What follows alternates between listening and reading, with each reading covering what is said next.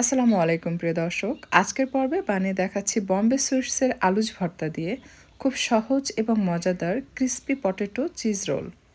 Mozzarella cheese great করে নিয়ে আমি আপনাদেরকে প্রথমে বম্বে সুইটসের আলুজ ভর্তার প্যাকেটটি দেখাচ্ছি, যেখানে সব উপকরণ প্রস্তুত থাকে। এর ভেতরে আলু, ভাজা শুকনো মরিচ, পেঁয়াজ, লবণ, তেল আর সাথে যে প্যাকেট রয়েছে পানি মাপার, ওইটা দিয়ে 150 ml পানি মেপে আলুর সাথে মিক্স করে ভর্তাটি করে নিতে হবে। চাইলে যে উপকরণগুলো এখানে আছে সব মিক্স করে এই ভর্তাটা বানিয়ে নিয়ে আপনি এই রেসিপিটি বানিয়ে নিতে পারবেন।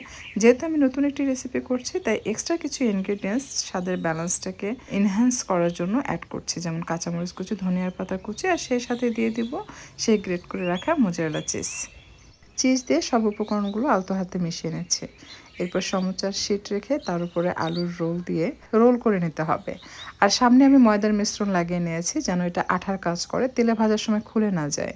এরপর মাঝারি আঁচে তেল মোটামুটি গরম করে নিয়ে একটা একটা করে রোল ছেড়ে ক্রিস্পি গোল্ডেন ব্রাউন করে ভেজে নিতে হবে। বাইরে ক্রিস্পি আর ভেতরে সফট আর চিজি বম্বে সুইটসের আলুজ ভর্তা ইফতারের টেবিলে সবাইকে মুগ্ধ করে দিবে ইনশাল্লাহ। ট্রাই করে দেখতে পারেন, আশা করছি আপনাদের খুবই ভালো লাগবে।